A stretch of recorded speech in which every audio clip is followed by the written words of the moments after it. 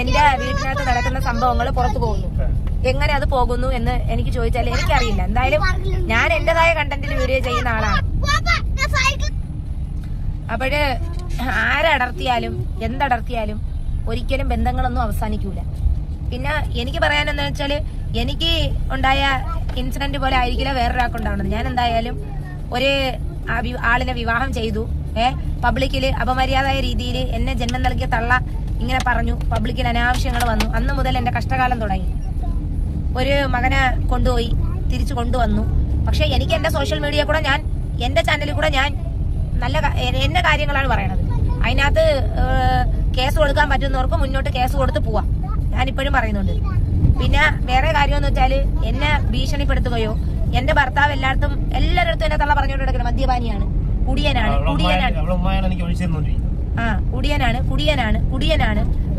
എന്ന് അവരെ മക്കളാരും കുടിക്കൂല. അവർ നല്ലവരാണ്, അതുകൊണ്ട് കുഴപ്പമില്ല. അൽഹംദുലില്ലാ. ഷാ മാത്രമേ ഉള്ളൂ കുടിയൻ. പിന്നെ എന്റെ ഉമ്മയും പാപ്പയും ജീവിതം കണ്ടാണ് ഞാൻ വളർന്നത്. ഉമ്മച്ചിമാരുടെ അടുത്ത് നിന്നാണ് ഞാൻ വളർന്നത്. പിന്നെ വലുതായതിനു ശേഷവും എന്റെ ഉമ്മയും ഉപ്പയും ഇന്നും ചേർച്ച ഇല്ലാത്തവരാണ് പല കാരണത്തിലും. എന്റെ പാപ്പായും ഇപ്പൊ ഞാൻ പറഞ്ഞില്ലേ, ഷാനെ ഇറക്കി വിട്ടു എന്നൊരു ഞാൻ വീഡിയോ ചെയ്തില്ലേ. എന്റെ അമ്മ ചെറുതിൽ എന്റെ പാപ്പ ഇറക്കി വിട്ട്.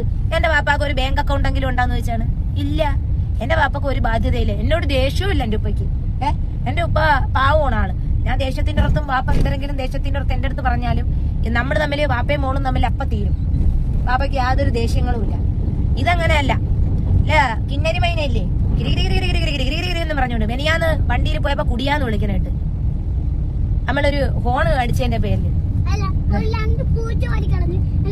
ഹോൺ അടിച്ച് മക്കളെ മുഷ്താഖ് മോനെ നമ്മള് കാണാത്തപ്പോ അവിടെ നിന്ന് കൈക്കറിയും കാലിക്കറിയും കാണിക്കും. ഇന്ന് വിജലി മോനെ വിളിക്കണേട്ട്, വിജലേന്ന് വിളിക്കണേട്ട് രാവിലെ. വിജലവർക്ക് പോവാന്ന് പറഞ്ഞു. പിന്നെ ഞാന് ഒരു കാര്യം പറയുന്നുണ്ട്. എന്തായാലും എനിക്കുണ്ടായ നഷ്ടങ്ങളും ലാഭങ്ങളും എനിക്ക് സ്വന്തം. ഞാൻ അനുഭവിച്ചാ പോരെ, അത്രേ ഉള്ളൂ. ഞാൻ എന്തായാലും എനിക്ക് എന്റെ ഭർത്താവിനെ കളയാൻ പറ്റൂല. പല ശ്രമങ്ങളും നോക്കി ഷാനെ ഉപേക്ഷിക്കാൻ, ഒന്നും നടക്കൂല. ആത്മഹത്യ ഭീഷണി എന്ന് പറഞ്ഞ് എന്റെ വീട്ടിന്റെ കോമ്പൗണ്ടിൽ കയറാനും ഇനി പറ്റൂല. പള്ളിക്ക് സ്റ്റേഷൻ പറഞ്ഞിട്ടുണ്ട്.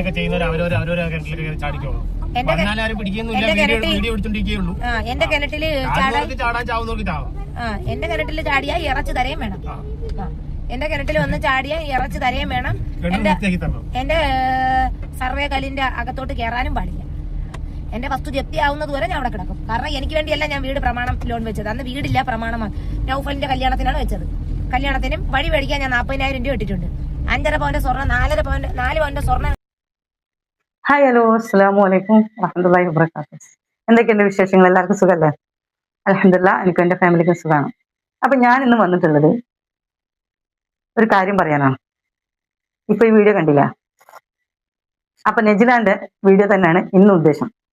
കാരണം എന്താ വെച്ചാല്, നെജിലാന്റെ ഒരു വീഡിയോ ഞാൻ ചെയ്തിരുന്നു. അതിന് താഴെ ഒത്തിരി കമന്റുകൾ നെഗറ്റീവായിട്ട് എനിക്ക് വന്നിട്ടുണ്ട്. മീൻസ് ഞാന് നെജിലാനെ സപ്പോർട്ട് ചെയ്തെന്നും, നെജിലാനെ പിന്നെന്താ പറയാ, എനിക്ക് ഈ ലോകം അറിയില്ലെന്നും, ഞാന് നാട്ടിൽ നടക്കുന്ന കഥകളൊന്നും അറിയുന്നില്ല എന്നും, എനിക്ക് പ്രായപൂർത്തിയായ പെൺകുട്ടികൾ ഇല്ലാന്നും, അങ്ങനെയൊക്കെയുള്ള ഒരു രീതിയിലാണ് പലരും അങ്ങോട്ട് എന്താ പറയാ, അത്രയും ദേഷ്യത്തോടും ഭയങ്കര ഒരു വൈരാഗ്യത്തോടൊക്കെയാണ് കമന്റ് ഇടുന്നത്. അത് സ്ത്രീകൾ തന്നെയാണ്, നമ്മളെ കമ്പനികൾ തന്നെയാണ്. പക്ഷെ അവർക്ക് എന്നെ നല്ലോണം അറിയാം.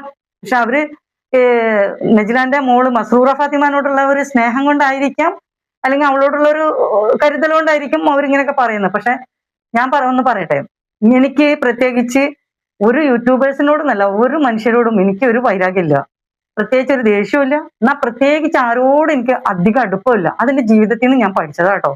അതുകൊണ്ട് തന്നെ ആരും ഞാനിപ്പോ ഹൃദയത്തിൽ വെച്ച് സ്നേഹിക്കാറുമില്ല, അതിന്റെ അപ്പുറത്തേക്ക് ഞാൻ പോകാറുമില്ല. ആ ഒരു പരിധി വിട്ട് ആരും ഞാൻ എന്താ പറയാ വിശ്വസിക്കാറുമില്ല. അതൊക്കെ എന്റെ ജീവിതത്തിൽ എനിക്ക് കിട്ടിയിട്ടുള്ള പാഠമാണ്, ആരായാലും. അപ്പൊ അതുകൊണ്ട് തന്നെ ഞാൻ അമിതമായിട്ട് അവരെ പറ്റിയിട്ടൊന്നും പറയാനും ഇതാക്കാനും പോണില്ല. അപ്പൊ ഈ പറയുന്നത് നെജിലാനെ പറ്റിയിട്ടോ, ഇനി സാജിദാനെ പറ്റിയിട്ടോ, സാബിറാനെ പറ്റിയിട്ടോ, ഇവര് മൂന്നാളെ പറഞ്ഞാലേ ഇപ്പൊ എന്റെ ചാനലിൽ പോവുള്ളൂ, അല്ലെങ്കിൽ പോകൂല. ഇതേപോലെ തന്നെ നെജിലന്റെ വീഡിയോ കയറി പോണെങ്കിൽ നെജിലാന്റെ പിന്നെ വീട്ടിലെ ഇഷ്യൂസ് വലുതായി കാണിച്ച് പ്രശ്നങ്ങളായി പ്രോബ്ലം ഇങ്ങനെ കൂടി വരുമ്പോഴേ നെജിലാക്കും 10 ഉറുപ്പിക കിട്ടുള്ളൂ. അപ്പം അവർക്കും പൈസന്റെ ആവശ്യങ്ങളാണ് വരുന്നത്. പക്ഷെ മനസമാധാനം കുറവാണ്. അപ്പൊ അവർക്ക് പറഞ്ഞാല് അവരെ കണ്ടന്റ് അതാണ്. അതുകൊണ്ട് തന്നെ അവർ മാക്സിമം ഇഷ്യൂ ആക്കിയിട്ട് കൊണ്ടുപോകും. കാരണം ആ മറുവശത്ത് അവളെ ഉപ്പയോ ഉമ്മയോ ഇത് വ്യക്തമായിട്ട് മറ്റുള്ള രീതിയിൽ മുന്നിൽ പറയാൻ ഇല്ലാത്തടത്തോളം കാലം അവൾക്ക് എന്നും പറയാം. പിന്നെ അവളെ ഇങ്ങനെയാണ് അങ്ങനെയാണ് എന്ന് പറഞ്ഞിട്ട് വേറെയുള്ള യൂട്യൂബേഴ്സ് പറഞ്ഞതിനൊരു പരിധിയുണ്ട്. ഇവര് ഉമ്മയും മക്കളുമാണ്, അവർ ഒന്നായാൽ ഒന്നാവും ചെയ്യും. തുപ്പിയെ തെറിക്കുന്ന സ്ഥലത്താണ് അവളെ മകളെ കൊണ്ടുപോയിട്ടുള്ളതും. പിന്നെ എല്ലാവരും പറയുന്നുണ്ട് കുടിയനാണ്, ഒരു കുടിയനുള്ള വീട്ടിൽ പെൺകുട്ടികളുടെ അവസ്ഥ എന്താണ്, പിന്നെ അങ്ങനെയാണ് ഇങ്ങനെ എത്രയോ കുടിയന്മാരുള്ള, ഞാൻ കുടിയന്മാരെ ഇതാക്കിയിട്ട് സപ്പോർട്ട് ചെയ്തിട്ടോ അവർക്ക് ഉള്ള അവരെ സപ്പോർട്ട് ചെയ്തിട്ടുള്ള രീതിയിലോ അങ്ങനെയുള്ളതൊന്നല്ല ഞാൻ പറയുന്നത്. കുടിയന്മാരുള്ള വീട്ടിലും മക്കൾ സുരക്ഷിതമായിട്ടൊക്കെ കഴിയുന്നുണ്ട്. പിന്നെ നമ്മളെ പെറ്റുമ്മാന്റെ അടുത്ത്, ഇപ്പൊ പെറ്റുമ്മാന്റെ അടുത്തും സുരക്ഷിതല്ല മക്കള്. എത്രയോ പെറ്റുമ്മമാര് പെൺകുട്ടികളെ കൂട്ടിക്കൊടുക്കുന്നുണ്ട്. അങ്ങനെയുള്ളതും ഉണ്ട്. അവർ കണ്ടില്ല എന്ന് അടിക്കുന്നതൊക്കെ ഉണ്ട്. അതിന് കാമുകന് ഇവിടെ വന്ന് നിൽക്കണം എന്നല്ല, നിക്കാഹ് കഴിഞ്ഞാണെന്ന് അവർ പറയുന്നുണ്ട്. അതിന് കാമുകൻ നമ്മൾ പറയുന്നത് തെറ്റാണ്. അവർ നിക്കാഹ് കഴിഞ്ഞെന്ന് പറയുമ്പോൾ നമ്മൾ ആ കാമുകൻ എന്ന് പറഞ്ഞാൽ തെറ്റാണ്. ദേഷ്യം കൊണ്ടോ വെറുപ്പുകൊണ്ടോ നിങ്ങൾ പറയുന്നുണ്ടെങ്കിലും അതിനും നിങ്ങൾ പിന്നെന്താ പറയാ, നാളെ പടച്ചവന്റെ മുന്നിൽ പറയേണ്ടി വരും. ഒരു ഭാര്യ ഭർത്താവ് എന്നുള്ള ഒരു പവിത്രമായ നിക്കാഹ് കഴിഞ്ഞിട്ടുണ്ടെങ്കിൽ പവിത്രമായ ബന്ധത്തിനെ നമ്മൾ വേറൊരു രീതിയിൽ നമ്മൾ പറയുമ്പോൾ അതിനുള്ള മറുപടി നിങ്ങൾ കൊടുക്കുക വേണം. പിന്നെ രണ്ടാമത്തത്, ഈ കുടിയനാവണമെന്നില്ല ഒരു പെൺകുട്ടിനെ പീഡിപ്പിക്കാനും പെൺകുട്ടിനെ ഇതാക്കാനും. ഇവരുടെ ആദ്യത്തെ ഭർത്താവ് ഇവളെ വാപ്പയൊക്കെ കുടിയനായിട്ടാണ് അവൾ ഒഴിവാക്കിയതെന്ന് പറയുന്നുണ്ട്. അപ്പൊ അത് എന്താണെന്നുള്ളത് നിങ്ങൾക്ക് മനസ്സിലാക്കണമെന്ന് അറിയില്ല. അവൾക്ക് അത് തോന്നിയിട്ടായിരിക്കാം, മകളും അവളും സുരക്ഷിതല്ല എന്ന് തോന്നിയിട്ടായിരിക്കും.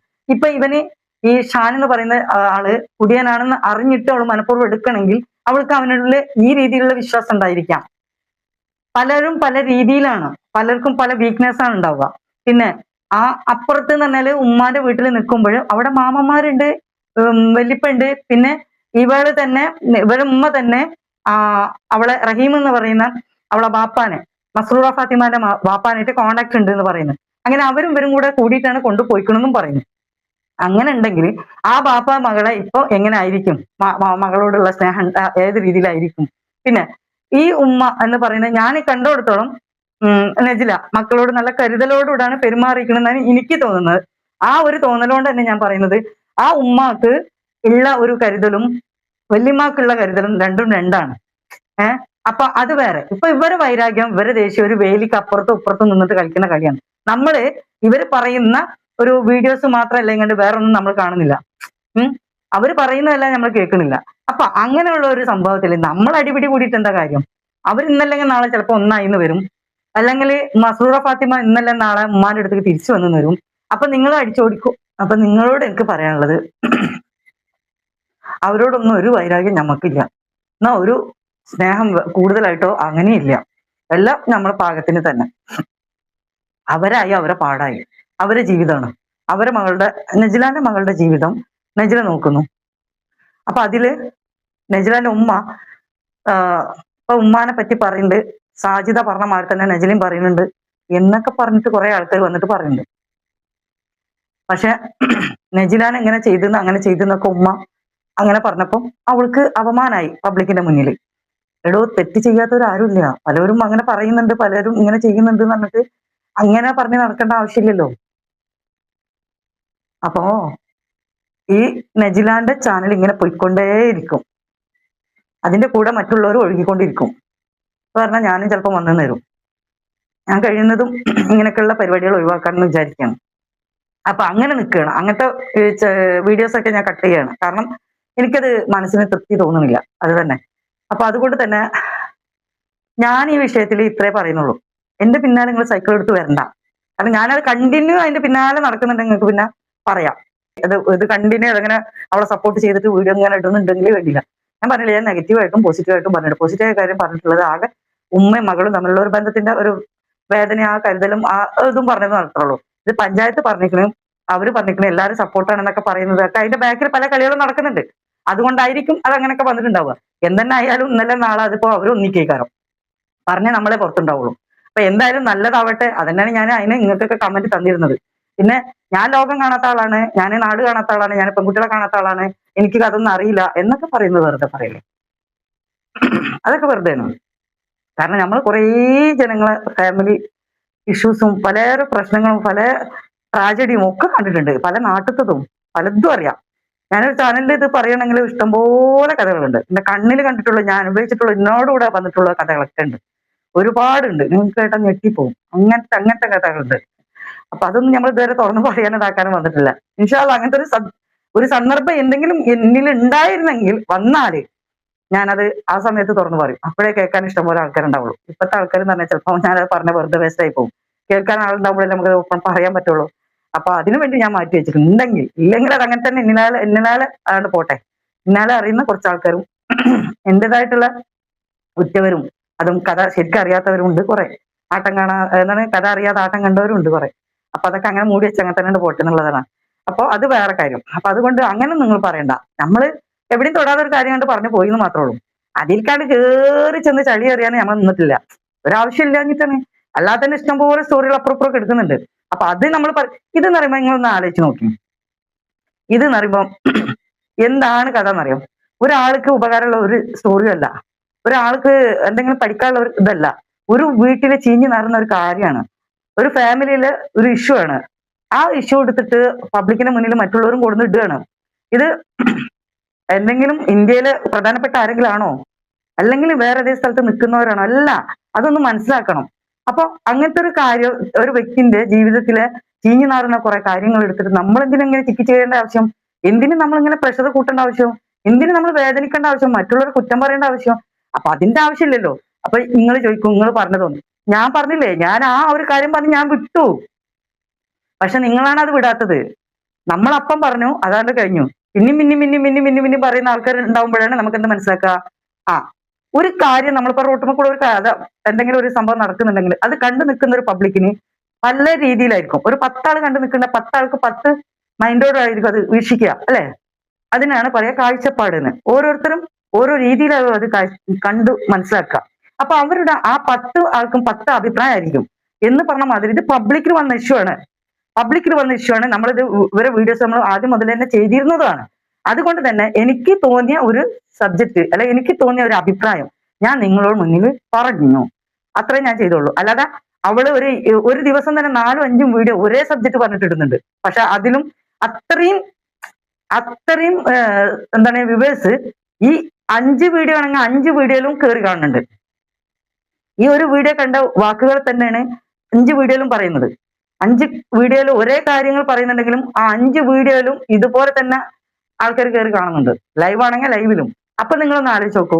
ഇന്നത്തെ കാലത്തിന്റെ പോക്ക് തന്നെയാണ്.